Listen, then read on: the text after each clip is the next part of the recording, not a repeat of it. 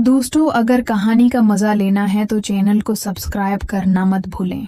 मेरा नाम आयशा है और मेरी उम्र 22 साल है। मैं अपने मामों के घर रहती हूँ क्योंकि मामों के अलावा इस दुनिया में मेरा कोई नहीं है। मामों का घर 3 मंजिला है जो 5 मरले जमीन पर बना हुआ है। हर मंजिल पर 2 कमरे हैं।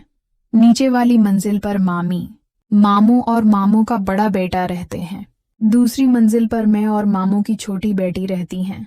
सबसे ऊपर वाली मंजिल पर मामू का सबसे छोटा बेटा हारिस रहता है क्योंकि उसे कबूतरबाजी का बहुत शौक है। वहाँ एक कमरा उसके लिए है और दूसरा स्टोर रूम है जहाँ हम अपना फजूल सामान रखते हैं। हाँ, मैं तुम्हें मामू की फैमिली से मुतारफ करवा देती हूँ। मामू का नाम फारूक खां है।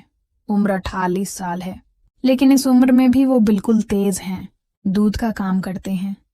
पहले दुकान किराए पर थी, लेकिन अब ये सब खत्म हो चुका है। मामू की बीवी यानी मामी का नाम नादिया खां है। उम्र 45 साल है, लेकिन जो उन्हें पहली बार देखे वो बिल्कुल नहीं कह सकता कि वो 45 साल की हैं। वो बिल्कुल जवान लड़की जैसी लगती हैं, शायद 30-35 साल से ज्यादा की नहीं लगती।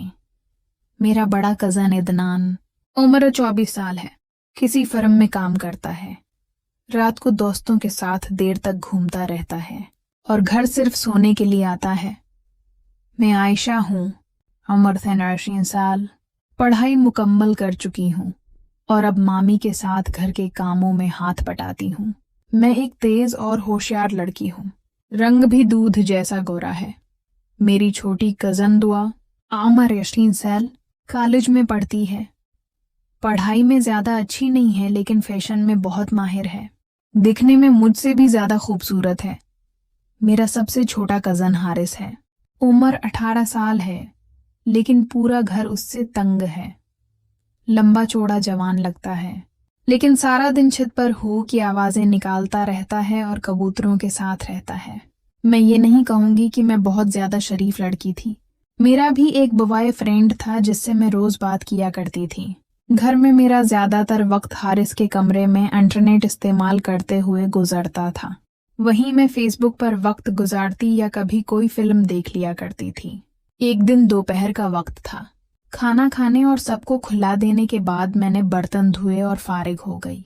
सोने का दिल नहीं कर रहा था क्योंकि गर्मियों के दिन थे। मैंने सोचा क्यों ना हारिस के कमरे में जाकर इंटरनेट इस्तेमाल किया जाए।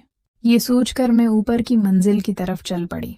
जब मैं ऊपर गई तो हारिस कहीं नजर नहीं आया, लेकिन कंप्यूटर चल रहा था और उस पर मेरी एक खूबसूरत तस्वीर लगी हुई थी। ये देखकर मैं फौरन कमरे से बाहर निकल आई। सारा दिन यूं ही नहीं गुजरा। जून का महीना था और गर्मी बहुत ज्यादा थी। हम लोग अक्सर रात 9 बजे के बाद छत पर चले जाते थे सोने के लिए। मामी और मामू नीचे अपने कमरे में सूते थे, अदनान भी अपने कमरे में, लेकिन मैं, दा और हारिस छत पर सोते थे। एक रात मुझे प्यास की वजह से आंख खुल गई। मैं उठकर नीचे पानी लेने जाने लगी। जब मैंने देखा तो पता चला कि हारिस अपने कमरे में नहीं था। मैंने सोचा शायद वो भी पानी पीने नीचे गया होगा, क्योंकि जो पानी हम रात को साथ रखते थे वो अक्सर खत्म हो जाता था और अगर बच भी जाता तो गर्म हो चुका होता, जो पिया नहीं जा सकता था। जब मैं हारिस के कमरे के पास से गुजरी तो वहां रोशनी जल रही थी।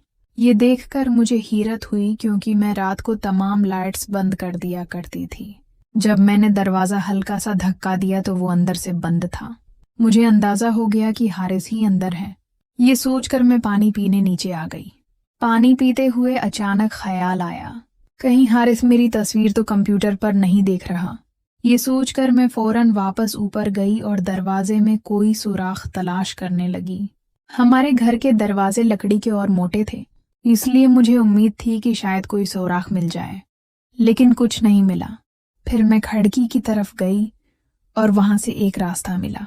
मैंने उस रास्ते से आंखें लगाकर अंदर देखा तो हारिस वाकई मेरी तस्वीर कंप्यूटर पर देख रहा था। कुछ देर बाद हारिस ने कंप्यूटर बंद किया तो मैं जल्दी से वहां से हट गई और अपनी जगह जाकर लेट गई। नींद का बहाना करने लगी। थोड़ी देर बाद हारिस कमरे से निकला और नीचे चला गया, शायद पानी पीने, क्योंकि गर्मी बहुत थी। फिर कुछ देर बाद वापस आया और अपने कपड़ों पर लेट गया और सो गया, लेकिन मैं सो नहीं सकी।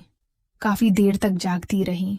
अभी जो कुछ हुआ था वो सब मेरी आंखों के सामने फिल्म की तरह चल रहा था। कब नींद आई पता ही नहीं चला। जब आंख खुली तो सुबह हो चुकी थी, सूरज निकलने ही वाला था। मैं जल्दी से उठ गई, नीचे गई, नहाई, कपड़े बदले और किचन में चली गई। मामी ने मुझे देखकर मुस्कुराकर कहा, क्या हुआ आयशा, आज बड़ी देर से उठी हो, रात को नींद नहीं आई क्या? मैंने कहा, बस मामी, आपको पता है कितनी गर्मी है, रात को आंख थोड़ी देर से लगी, इसलिए देर से उठी हूं। मामी ने कहा, चलो कोई बात नहीं, नाश्ता मैं बना लिया है, दोपहर का खाना तुम बना लेना। मैंने कहा, जी मामी, मैं बना लूंगी। मैं नाश्ता बनाने में मामी का हाथ पटाने लगी तो मामी ने कहा, चलो छोड़ो ये सब रहने दो, जाकर देखो दा और हारिस तैयार हुए या नहीं। मैंने कहा, ऊपर छत पर तो नजर नहीं आए, लगता है कॉलेज के लिए तैयार हो रहे होंगे। मामी ने कहा, ठीक है, जाकर अदनान को भी जगा दो, उसे भी काम पर जाना है। मैंने अदनान के कमरे का दरवाजा खटखटाया और कहा, अदनान भाई उठ जाओ, नहा लो, नाश्ता भी करना है और काम पर भी जाना है। अदनान ने कहा, अच्छा मैं उठ रहा हूं, अभी आता हूं। मैंने अदनान को जगाया और वापस आ गई। तब तक हारिस और दुआ भी नीचे आ चुके थे, कॉलेज के लिए तैयार होकर। जैसे ही मैंने हारिस को देखा, रात वाला सारा मंजर याद आ गया और मेरी नजर खुद ब खुद उसके चेहरे पर ठहर गई। लेकिन मैंने फौरन नजर हटा ली और कहा, क्या बात है हारिस, आजकल बहुत देर से उठते हो, कॉलेज नहीं जाना होता क्या? हारिस हंस पड़ा और बोला, मुझे कॉलेज मौलवी साहब को उठाने जाना होता है, और अगर तुमने अभी नाश्ता जल्दी से नहीं दिया तो मैं कॉलेज में देर हो जाऊंगा। तब दुआ बोली, बस छोड़ो यार, मुझे पता है तुम कॉलेज में क्या पढ़ते हो, सारा दिन कबूतरों की बातें करते हो।